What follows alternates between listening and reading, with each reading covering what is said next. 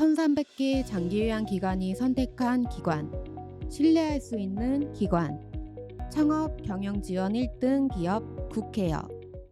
여러분 안녕하세요, 천천박사입니다. 오늘은 평가 대비해서 운영규정 11가지 항목 말씀드리려고 하는데요. 운영규정의 내용이 되게 많고 방대하다 보니까 웬만하면 이해가 되게끔 시간 순서대로 한번 이야기해 보려고 합니다. 우선 기관이 잘 되게 하려면 어떻게 해야 될까요? 기관이 잘 운영되려면 정원이 채워져야 되겠죠. 그래서 우선 우리 기관의 정원이 몇 명인지 아셔야 될 겁니다. 주간보호센터나 요양원이라면 정원 몇 명이라고 기억을 하시고요. 방문요양센터는 정원이 정함이 없습니다. 어르신 수가 제한이 없거든요. 그리고 기관이 잘 되려면 어떻게 하는 게 좋을까요?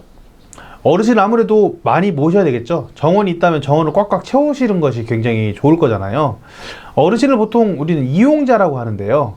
기관 운영 규정에는 이용자 모집하는 방법도 들어가 있습니다. 이 모집 방법은 네이버, 블로그, 유튜브 같이 인터넷 온라인으로 모집을 할 수도 있고요. 이용자를 전단지, 현수막, 그리고 만나서 오프라인 등으로 아니면 소개 등으로 모집을 할 수도 있겠죠. 그런데 우리 기관이 블로그를 하지 않는데도 불구하고 블로그를 한다고 선생님이 이야기를 하시면 우리 기관의 운영 규정을 읽으신 걸까요? 국회의 운영 규정을 읽으신 걸까요? 그러면 안 되겠죠. 그래서 실제로 우리 기관에서 운영하고 있는 온라인, 오프라인 운영 방법에 대해서 말씀을 하셔야 되는 겁니다. 예를 들어 온라인에서 밴드를 활용한다. 그럼 밴드, 당근마켓을 활용한다. 당근마켓을 활용한다라고 이야기를 해야 됩니다. 이용자 모집을 하려면 어쨌든 계약서를 써야 되잖아요. 그러면 운영 규정에 대해서는 계약서에 대한 내용도 들어가는데요. 계약서에 들어가는 내용들이 어떤 것들이 있는지 이런 부분들을 한번 생각해 보시면 좋을 것 같습니다. 우리가 이제 계약서 같은 경우에는 일반적으로 어르신하고 계약서뿐만 아니라 어떤 계약서든 간에 보통 계약 기간이라는 것이 들어가겠죠. 그리고 어르신에게 좋은 서비스를 제공하는 것을 목표로 하겠죠. 그러니까 목표가 들어갈 겁니다. 목표란 목적, 서비스를 제공하는 것.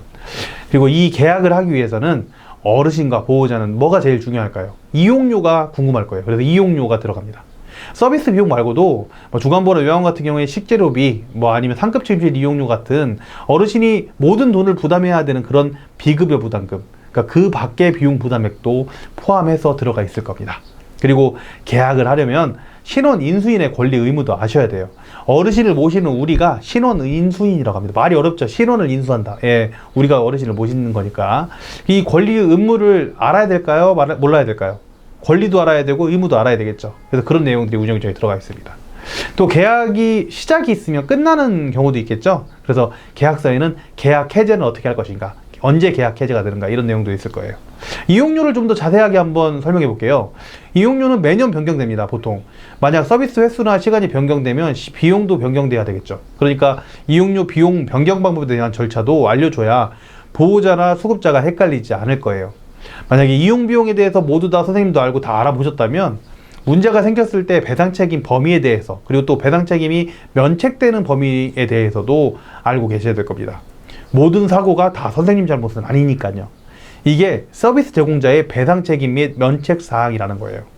법이 바뀌면 운영 규정 개정해야 되겠죠. 그럼 그 절차가 또 있겠죠. 매번 바뀌니까. 그래서 운영 규정에는 운영 규정 개정 방법 및 절차도 들어가 있어요. 이 절차도 한 번씩 읽어보셔야 돼요. 그 개정은 선생님들이 회의 때 같이 생각해 주셔야 되고, 그리고 선생님들 관리 같은 경우에는 인력 관리라고 하는 부분으로 같이 들어갑니다. 인력 관리 규정에서 이런 내용들을, 어떤 내용들을 생각하시면 되냐면, 인력 관리의 시작은 뭐예요? 채용입니다. 채용을 하고 나면 복무를 하면 잘했냐 못했냐 상벌, 채용, 복무, 상벌, 이렇게 기억하시면 됩니다. 일하시면은 뭐가 제일 중요해요? 보수가 제일 중요하죠. 보수는 임금, 퇴직금, 상여금이 있어요. 이게 끝이 아니죠. 직원의 복지도 중요합니다. 복지, 포상, 휴가, 이거 보고 일하거든요. 선생님께서 우리 기관 복지가 몇 개 있는지 최소한 2개 정도는 알고 계셔야 됩니다. 분명히 2개 정도는 복지를 하고 있을 거예요. 그리고 일만 잘하면 단가요? 안전과 보건도 중요하죠. 선생님들 건강검진, 근골격계, 혹시 다쳤을 때 근골격계 질환 다치지 않게, 이런 예방, 감염 예방, 요즘에 코로나, 이런 부분들도 꼭 기억하셔야 될 겁니다. 무슨 일이 있으면 관리자하고 상의하잖아요. 그렇기 때문에 고충 처리함에다가 글을 쓸 수도 되고요. 고충 처리 절차가 우리 기관에는 있고 운영 규정에 적혀 있습니다. 그래서 어떤 일이 있고 뭔가 문제가 있다 그러면 고충 처리 절차에 따라서 움직인다. 그리고 우리 기관에 만약에 운영위원회가 있다, 운영규정에 운영위원회가 있다, 그러면 조직 인사 물품 회계 급여에 대한 규정도 분명히 있을 거예요. 만약에 없으면 다시 앞으로 돌아가셔서 이 교육을 다시 들으세요. 만약에 운영위원회가 있다면, 운영위원회라는 건 뭐냐? 위원장, 전문가, 후원가, 그 다음에 직원 대표, 수급자 대표 등 운영위원들이 있습니다. 그분들이 운영위원회를 열어서 우리 기관을 투명하게 운영하는 것이라고 보면 돼요. 여러분, 조직이라는 게 있는데, 조직은 조직도 아시죠? 게시판에서 조직도 한번 찾아보세요. 예, 그러면 조직도가 그려져 있을 겁니다. 또 인사관리는 아까 앞에서 잠깐 얘기했는데, 인사관리 규정이라는 건 그런 부분들을 다 좀 망라해서 적은 서류고, 물품 관리 같은 경우에는 우리가 회계랑 같이 엮어서 말씀을 드릴게요. 물품 관리 같은 경우에는 우리가 비품, 소모품 뭐 이런 부분들도 생각을 하시고 진행을 하셔야 되겠죠. 만약에 물품이나 이런 부분들이 어떤 걸 구입을 했는데 그냥 없어지면 어떻게 돼요? 이런 부분들도 다 관리가 되고 있다, 이런 정도로 생각을 하시면 되고요.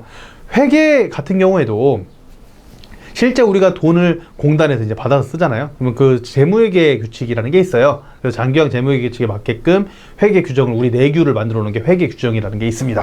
그래서 운영위원회가 있는 기관들은 이런 뭐 인사, 물품, 회계 뭐 이런 부분들이 추가적으로 더 있다, 이 정도로 생각하시면 돼요. 조직은 어디서 보시면 된다? 조직도에 가서 보시면 된다. 뭐 이런 부분들 생각하시면 되고요. 이거 한 번에 안 외워질 거예요. 다시 돌려서 보세요. 또 돌려서 보세요. 10번 보셔도 돼요. 그리고 뭐 영상 안 보셔도 됩니다. 그냥 틀어놓고 들으시면 됩니다. 외워져라, 외워져라. 네, 여기까지 하도록 하고, 저는 국회의원 천천박사였습니다. 운영규정 11가지, 운영규정 나 들었다, 교육받았다 할 정도로 계속 들으셨으면 좋겠습니다. 예, 평가 화이팅 하시고요. 예, 저는 물러가겠습니다. 저는 국회의원 천천박사입니다. 예, 감사합니다.